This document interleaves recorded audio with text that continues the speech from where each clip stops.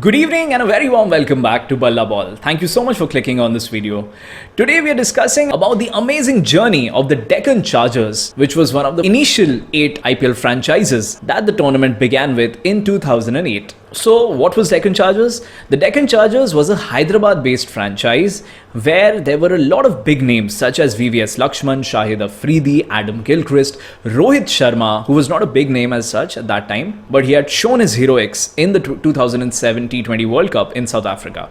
There was Andrew Simons, there was Herschel Gibbs, and there were able bowlers in the form of Ryan Harris, RP Singh, Pragyan Ojha, all of them being international stars at that point of time. So in 2008, which was the initial season of the IPL, the Deccan Chargers were one of the most expensive teams. The franchise had spent a lot on building the team, but unfortunately they finished last, which is at number 8. So because they finished last and they performed pretty poorly, the primary sponsors of the side, which was JP Group, had pulled out, and they had new sponsors in 2009 in the form of Deccan Chronicle. What they did is they sacked the entire team administration, which consisted of VVS Lakshman, who was the captain, and Robin Singh, who was the coach, and they were replaced by Adam Gilchrist of Australia, the wicketkeeper batter who used to open, as the captain, and Australian coach Darren Lehmann as the coach for the side. They also made a few changes in the jersey, which used to be dark grey, and it was now changed to dark blue with a more vivid bull visible on the logo. Now what happened is that the 2009 season of the IPL was coinciding with the general elections in India, the Lok Sabha elections which were supposed to take place. And at that time, this was at the backdrop of the 2008 terrorist attacks in Mumbai, the 26/11 attacks. And therefore, security was a major concern for the government. And we know that a lot of security personnel are deployed for the IPL teams, for the crowds, because there's a lot of movement and logistics involved for the teams, because there are 8 venues at least that are involved. There's a lot of travel, hotels, stadiums across cities. And a lot of security personnel was already deployed due to the campaigning and the elections, the voting. So the then Home Minister of India, Mr. P. Chidambaram, announced that the IPL of 2009 would not be taking place in India but in South Africa. And the BCCI would be compensating the franchises for their losses. Now, while that sounds okay, it was not okay for the franchises, because they had all built their teams based on the Indian pitches, the Indian grounds, which we all know tend to favor the spinners and batters who play spin well, while the pitches in South Africa were such that they favor the fast bowlers, and batters who play fast bowling well tend to do well. So it called for a lot of change in the team strategies, which they had to eventually do. So now Deccan Chargers begin their campaign in the IPL. They win the first 4 matches. They are 4-4. They beat the Kolkata Knight Riders, the Royal Challengers Bangalore, the Mumbai Indians, and the Chennai Super Kings. So they do 4-4, and they are on top of the world at that point of time. Courtesy Captain Adam Gilchrist, Herschel Gibbs, Rohit Sharma, who were instrumental with the bat, and RP Singh, the left-arm swing bowler, as well as Pragyan Ojha, the left-arm spin bowler, who were instrumental with the ball. These 5 players do very well in the first 4 games. Then what happens? The next 3 games are against Delhi Daredevils, Rajasthan Royals, and the Chennai Super Kings. And they lose all these 3 games. So after 4 consecutive wins, they have 3 consecutive losses. And this is mid-season, when after playing 7 games, they are at 4 wins, 3 losses. From here, their campaign could go anywhere, because their confidence was low, their morale was low, having lost 3 games in a row. But then they had to face Mumbai Indians for a second time.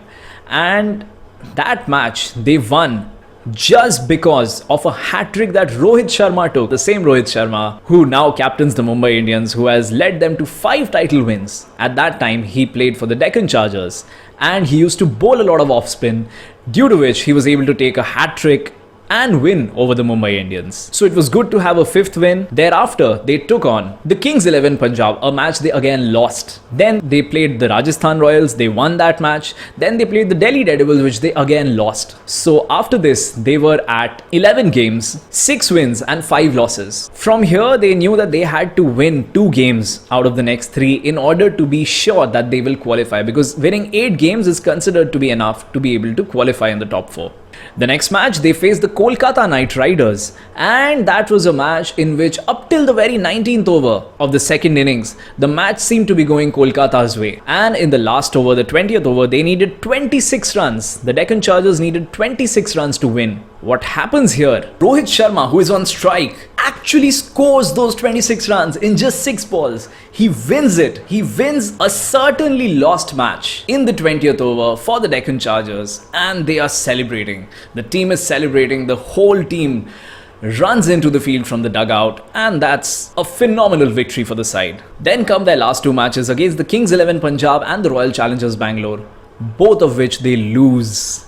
So they end with 7 wins, 7 losses, with 2 losses on the trot in the very recent games. Now their semi-final is to be played against the Delhi Daredevils, who have finished first on the table and they have finished 4th. So first takes on 4th, second takes on 3rd. Comes the day of the semi-final, they take on the Delhi Daredevils. Delhi doesn't play their best cricket. Delhi is able to manage only 153 for 8 in their 20 overs, which could not be considered to be a very high score, but it was again a pressure game. It was the semi-finals, so the match could go anywhere from there. Adam Gilchrist and Herschel Gibbs come out to bat. Adam Gilchrist smashes 5 boundaries, 5 fours of the very first over of the game, which is of the over of Dirk Nannes. And that shifts the momentum entirely in favor of the Deccan Chargers, and the pressure is on the Delhi side. Gilchrist doesn't stop there. He continues to attack, gets his 50 in just 17 balls, which was then the fastest 50 in the IPL. A 17 ball 50, and finally he ends his innings at 85 of 35 deliveries, just 35 deliveries, and he scored 85 runs. So Gilchrist powered Deccan Chargers into a position from where they could just not lose the game. And the Delhi fans, the Delhi team, the dugout was in tatters. They knew that their loss was inevitable from that point of time. As expected, the Deccan Chargers chased down the score in the 18th over itself with more than 2 overs to spare, and a comfortable victory, a comfortable entry into the final. Now comes the final. They are taking on the Royal Challengers Bangalore, a side captained by Anil Kumble, a side that is an all-round side, a very strong side that has performed better than Deccan Chargers in the group stage, and that has beaten the MS Dhoni-led Chennai Super Kings in the semi-final. What happens in the final? The Deccan Chargers bat first. Captain Adam Gilchrist is dismissed in the very first over. Anil Kumble, with his leg spin, dismisses Adam Gilchrist in the very first over. The crowd is absolutely silent. There's almost no hope left now from the Deccan Chargers. For the Deccan Chargers fans, Herschel Gibbs, Andrew Simons and Rohit Sharma contribute a bit in order to stabilize the innings, but ultimately they are not able to do enough, and they only manage 143 for 6 in their 20 overs, which was a low score, though it is a final, but 143 is not a good score enough to be able to win a tournament. The RCB side is in high spirits. They are looking forward to winning this and lifting the title. They come out to bat. RP Singh with the new ball is very effective. He continues to be aggressive, continues to attack the batters, attack the stumps, and after the power play, Pragyan Ojha comes in with his left arm spin. He too is very consistent, does very well. The RCB openers are not able to contribute much, but at number 3, Rolf van der Merwe comes in, who scores a quick fire 32 of just 20-21 balls, and that shifts the momentum in favor of RCB.